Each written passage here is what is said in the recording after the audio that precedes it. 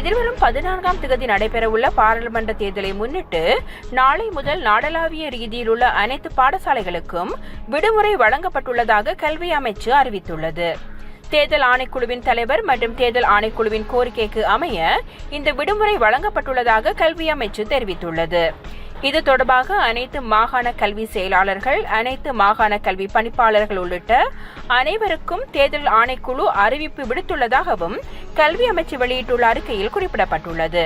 அத்துடன் வாக்களிப்பு நிலையங்களாக பயன்படுத்தப்படும் பாடசாலைகள் 12ஆம் தேதி பாடசாலை விடுவிக்கப்பட்டதன் பின்னர் அந்தந்த கிராம அலுவலர்களிடம் ஒப்படைக்கப்பட வேண்டும் என்பதுடன் நவம்பர் 18ஆம் தேதி திங்கட்கிழமை மீண்டும் பாடசாலை ஆரம்பிக்கப்படும் என்றும் அந்த அறிக்கையில் தெரிவிக்கப்பட்டுள்ளது.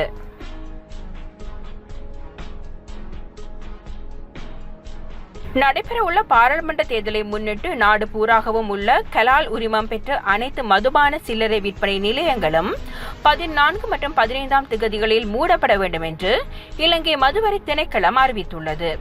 எவ்வாறாயினும் சுற்றுலா பயணிகளின் வசதிக்காக இலங்கை சுற்றுலா அபிவிருத்தி அதிகார சபையினால் அங்கீகரிக்கப்பட்ட 3 நட்சத்திர வகை பிரிவுக்கு மேற்பட்ட சுற்றுலா பயணிகள் தங்கியிருக்கும் மதுபானங்களை விற்பனை செய்வதற்கான கலால் அனுமதி பெற்ற ஹோட்டல்களுக்கு மேற்படி உத்தரவு பொருந்தாதென்றும் அறிவிக்கப்பட்டுள்ளது.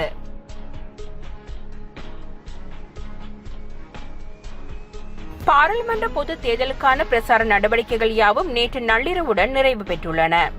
மட்டக்களப்பு மாவட்டத்தில் 218 தேர்தல் விதிமுறை மீறல்கள் மட்டுமே நடைபெற்றுள்ளதாகவும் இதுவரையில் எந்தவித தேர்தல் வன்முறை சம்பவங்களும் பதிவாகவில்லை எனவும் மட்டக்களப்பு மாவட்ட அரசாங்க அதிபரும் மாவட்ட தெரிவத்தாட்சி அதிகாரியுமான முரளிதரன் தெரிவித்தார்.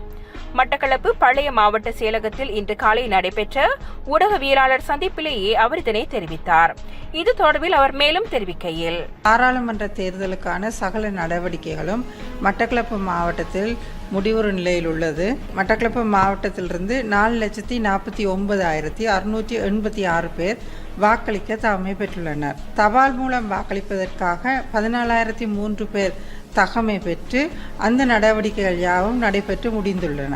தேர்தல் கடமையில் ஈடுபடும் அரசாங்க உத்தியோகத்தர்கள் 6,750 பேர் ஆவர். வாக்களிப்பு நிலையங்கள் 442 இடங்களில் அமைக்கப்பட்டுள்ளன.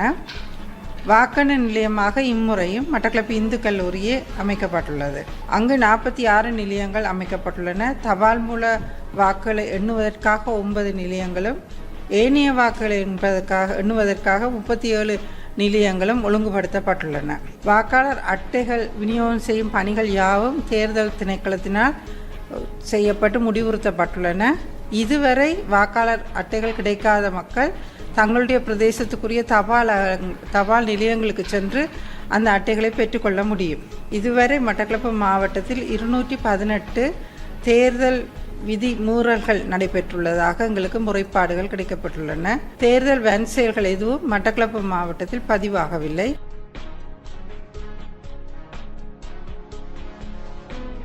வாக்கு உங்கள் உரிமை. நவம்பர் 14ஆம் தேதி அதனை கட்டாயம் பயன்படுத்துங்கள் என்று தேர்தல் ஆணைக்குழுவின் தலைவர் கோரிக்கை விடுத்துள்ளார். அத்துடன் தேர்தலை நீதியாக நடத்துவதற்குரிய அனைத்து ஏற்பாடுகளும் செய்யப்பட்டுள்ளதாகவும் பாதுகாப்பு ஏற்பாடுகள் கூட உரிய வகையில் முன்னெடுக்கப்பட்டுள்ளதாகவும் அவர் கூறினார். அரசாங்க தகவல் திணைக்களத்தில் இன்று நடைபெற்ற ஊடக சந்திப்பின் போதே அவர் இந்த விடயத்தை வலியுறுத்தினார். நீதிය ඉතා තදින් ක්‍රියාත්මක කරන ලෙස ආරක්ෂක අංශවලට උපදෙස් දී තිබෙනවා. සාමය ආරක්ෂා කිරීම සඳහා පොලිසිය හා විශේෂ කාර්ය බළකාය යොදවා තිබෙනවා. ඒ වගේම ඕනෑම හදිසි අවස්ථාවකදී කැඳවිය හැකි පරිදි ත්‍රිවිධ හමුදාව සූදානමින් තබා තිබෙනවා. විශේෂයෙන්ම ඉල්ලා සිටින්නේ ඡන්දය පාවිච්චි කිරීමෙන් පසුව නිවෙස්වල රැඳී සිටින ලෙසයි. ඔබේ නිවසේ තිබෙන රූපවාහිනියෙන් හෝ ගුවන් විදුලියෙන් ප්‍රතිඵල අහන්න, ප්‍රතිඵල බලන්න. ඔබ විසින් ප්‍රකාශ කළ ඡන්දය කිසිදු ගැටලුවකින් තොරව නිවැරදිව ගණන් කොට ප්‍රතිඵලය ප්‍රකාශ කිරීමේ වගකීම මැතිවරණ කොමිසම් සභාව බාර ගන්නවා. මැතිවරණ කොමිසම් සභාවේ සඳහා බැඳී සිටිනවා. කොමිසම කෙරෙහි විශ්වාසය තබන්න. ආරක්ෂක අංශ කෙරෙහි විශ්වාසය තබන්න. ඡන්ද ගණන් කොට අවසන් වී ප්‍රතිඵල ලබා දෙනතුරු කතාවලට පොරු ප්‍රචාරවලට නොරැවටි නිදහසේ නිවෙස් වලට වී කාලය ගත කරන ලෙස නැවත වරක් කාරුණිකව ඉල්ලා සිටිනවා. ඡන්දය ඔබේ අයිතියයි. ඔබේ බලයයි. කරුණාකර වටිනා අයිතිය පාවිච්චි කරන්න. 14 වෙනි දින හැකිතරම් වේලාසනින් ඡන්ද පොලට ගොස් ඔබේ වටිනා ඡන්දය ප්‍රකාශ කරන්න.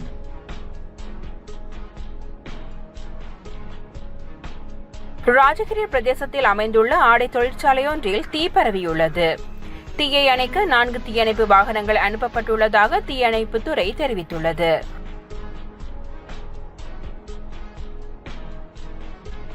பொது தேர்தலின் பாதுகாப்பிற்காக இன்று முதல் போலீஸ் அதிகாரிகள் ஈடுபடுத்தப்பட உள்ளதாக போலீஸ் ஊடக பேச்சாளர் பிரதி போலீஸ் மா அதிபர் நிஹால் தல்துவ தெரிவித்துள்ளார். அதற்காக நாடளாவிய ரீதியில் உள்ள அனைத்து வாக்களிப்பு நிலையங்களிலும் சுமார் 64,000 போலீஸ் அதிகாரிகள் பாதுகாப்பு பணியில் ஈடுபடுத்தப்பட உள்ளனர். 13,314 தொகுதிகளுக்கு மொத்தம் 13,383 வாக்களிப்பு நிலையங்கள் அமைக்கப்பட்டுள்ளன. இந்த காலப்பகுதியில் பாதுகாப்பிற்காக தேர்தல் நடைபெறும் நாளிலும் அதற்கு பின்னரும் தேவைப்பட்டால் அதற்கு பிறகும் போலீஸ் அதிகாரிகளை பாதுகாப்பு பணியில் ஈடுபடுத்த நடவடிக்கை எடுக்கப்பட்டுள்ள அதே நேரம் சுமார் 64,000 போலீசார் பாதுகாப்பு பணியில் ஈடுபடுத்தப்பட்டுள்ளதாகவும் தெரிவிக்கப்படுகிறது. மேலும் 3,200 போலீஸ் விசேட அதிரடிப்படை அதிகாரிகள் தயார் நிலையில் வைக்கப்பட்டுள்ளனர். 12,227 சிவில் பாதுகாப்பு பணியாளர்கள் நேரடியாக தேர்தல் கடமையில் ஈடுபட உள்ளனர். இது தவிர தேர்தல் பணிகளுக்கு போலீஸ் அதிகாரிகளை பயன்படுத்துவதனால் முக்கிய இடங்களின் பாதுகாப்புக்காக 11,000 ராணுவ வீரர்கள் ஈடுபடுத்தப்பட உள்ளனர். மேலும் ஏதேனும் தேவை ஏற்பட்டால் ராணுவ அதிகாரிகள் தயார் நிலையிலும் வைக்கப்பட்டுள்ளனர். சுதந்திரமானதும் அமைதியானதுமான தேர்தலை நடத்துவதற்கு தேவையான ஆதரவை வழங்குமாறு அனைவரையும் கேட்டுக்கொள்வதாகவும் நிஹால் தல்துவ மேலும் தெரிவித்தார்.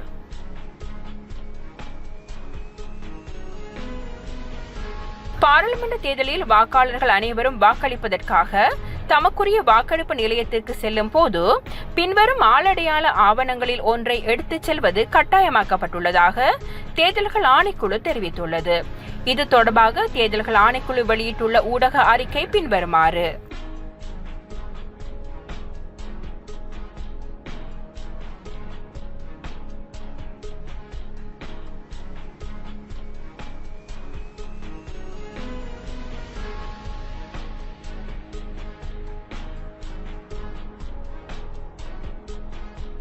பொது தேர்தலுக்கான வாக்கு எண்ணிக்கை எதிர்வரும் 14ஆம் தேதி மாலை 4:15க்கு ஆரம்பமாகும் என தேர்தல்கள் ஆணைக்குழுவின் தலைவர் RMAL ரத்நாயக்க தெரிவித்துள்ளார். அரசாங்க தகவல் திணைக்களத்தில் இன்று நடைபெற்ற பொது தேர்தல் தொடர்பில் அறிவிக்கும் விசேட செய்தியாளர் சந்திப்பில் கலந்து கொண்டு கருத்து தெரிவிக்கும் போதே அவர் இதனை தெரிவித்தார்.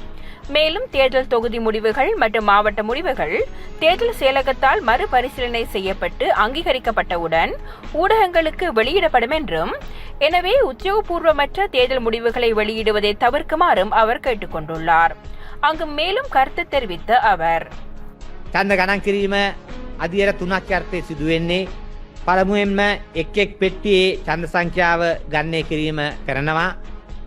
දෙවනුව ගණන් කරන්නේ එක් එක් පිළිගත් දේශපාලන පක්ෂ සහ ස්වාධීන කණ්ඩායම් සඳහා ලැබී ඇති ඡන්ද සංඛ්‍යාව. ඒත් එක්කම ඒක අවසානයේදී ඒ ඡන්ද සංඛ්‍යාව අනුව එක් එක් පිළිගත් දේශපාලන පක්ෂ සහ ස්වාධීන කණ්ඩායම් වලින් පත්විය හැකි මන්ත්‍රීවරුන් සංඛ්‍යාව ගණනය කරනවා. එයින් අනතුරුවයි පිළිගත් දේශපාලන පක්ෂ සහ ස්වාධීන කණ්ඩායම් වලින් ඉදිරිපත් වෙලා තියෙන අපේක්ෂකයින් ලබාගත් මනාප සංඛ්‍යාව ගණනය කරනු ලබන්නේ.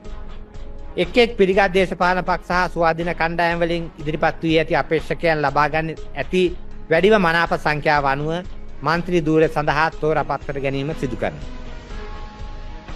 ඡන්ද ප්‍රදේශ ප්‍රතිඵලය හා දිස්ත්‍රික් ප්‍රතිඵලය ප්‍රකාශ කරන්නේ ඒවා මැතිවරණ මහලේකම් කාර්යාලයෙන් නැවත පරීක්ෂා කිරීමෙන් පසුව අනුමත කිරීමෙන් පසුවයි.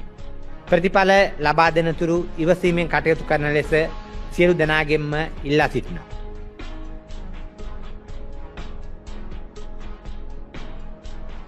நுவரெலியா மாவட்டத்தில் நிராகரிக்கப்படும் வாக்குகளை குறைக்கும் வகையில் விழிப்புணர்வு நாடகம் நடைபெற்று வருகிறது. அதனை பிரீட்டோ நிறுவனம் ஒழுங்கு செய்துள்ளது. மஸ்கெலிய, பொகவந்தலாவ, ஹட்டன், தலவாக்கல, லிந்துல, டயகம, அக்கரப்பத்தன, நானு ஒயா, வட்டகுடை உள்ளிட்ட பிரதேசங்களில் 20 வீதி நாடகங்களை நடாத்தி வருகிறது.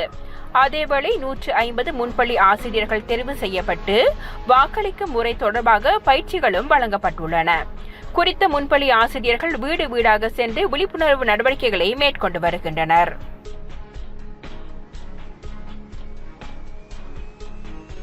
மலேசியா நாட்டில் ஒரு அமைதியான சூழலில் ஒரு அழகான யோகாசன நிலையம் அமைந்துள்ளது. பிரமிட் வடிவமான குகைக்குள் அமைந்துள்ள முதல் யோகா தியான மையம் இதுவென்பது குறிப்பிடத்தக்கது. வயதானவர்களுக்கு ஒரு சிறப்பு இடமும் இதில் உள்ளது. யோகா மாஸ்டர் டாக்டர் அதிரன் சுரேஷ் இது பற்றி கூறும்போது, வணக்கம், ஸ்லாமத் சஜாத்ரா. ஓகே, இப்போ நீங்கள் பார்த்தீங்கன்னா நான் எங்கே இருக்கேன்னா, I am in Sri Kailash cave, பத்து கேவ். இந்த இடம் வந்து புதுசாக யோகா மெடிடேஷன் சென்டர் ஸ்டார்ட் பண்ணியிருக்கோம். இந்த இடத்துல வந்து ஆன்டி ஏஜிங் யோகா அண்ட் சேர் யோகா வந்து புதுசாக நலம் தரும் நாற்காலின்னு இந்த இடத்துல வந்து எப்போதுமே வந்து நிறைய பேர் வந்து இந்த முட்டி வலி, இடுப்பு வலிலாம் இருக்கும்.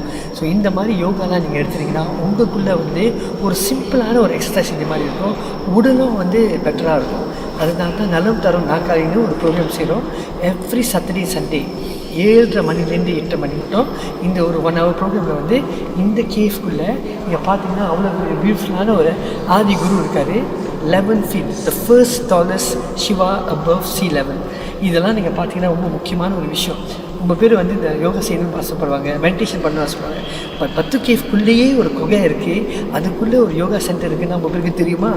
வாங்க, வந்து மெடிடேஷன் பண்ணுங்கள்.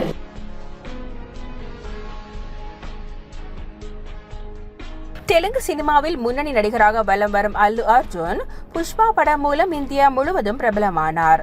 இந்த நிலையில் புஷ்பா படத்தின் 2ஆம் பாகத்திலும் நடித்து வருகிறார். இப்படம் அடுத்த மாதம் 5ஆம் தேதி வெளியாக உள்ளது. படத்தின் ட்ரெய்லர் இம்மாதம் 17ஆம் தேதி மாலை வெளியாக உள்ளது.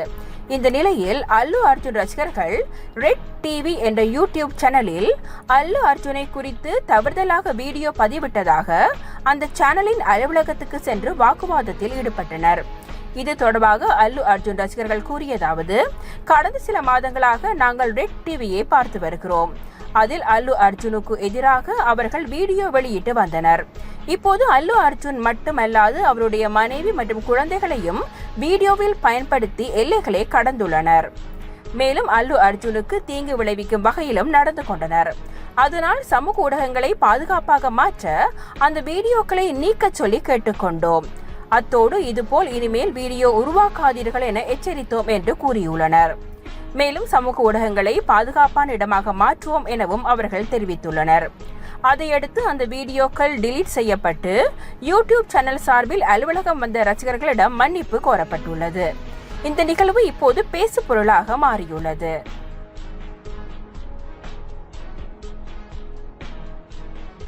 நாளை ஆரம்பமாக உள்ள இலங்கை மற்றும் நியூசிலாந்து அணிகளுக்கு இடையிலான ஒருநாள் கிரிக்கெட் தொடரில் வனிந்து ஹசரங்க விளையாட மாட்டார் என இலங்கை கிரிக்கெட் தெரிவித்துள்ளது. இரு நாடுகளுக்கும் இடையில் தம்புள்ளையில் இடம்பெற்ற 2வது T20 சர்வதேச போட்டியின் போது ஏற்பட்ட காயம் காரணமாக அவர் இவ்வாறு நீக்கப்பட்டுள்ளார். வனிந்து ஹசரங்கவிற்கு பதிலாக துஷான் ஹேமந்த் அணியில் இணைத்துக் கொள்ளப்பட்டுள்ளதாக இலங்கை கிரிக்கெட் அறிவித்துள்ளது. இதுபோன்று பல செய்திகளை தெரிந்து கொள்ள நமது வைப்ஸ் டிவி யூடியூப் தளத்தை சப்ஸ்கிரைப் செய்து அருகிலுள்ள பெல் பட்டனை கிளிக் செய்யுங்கள். மேலும் பல செய்திகளை அறிந்து கொள்ள www.baibznews.com, vibesnews.com என்ற இணையதளத்தை பார்வையிடுங்கள்.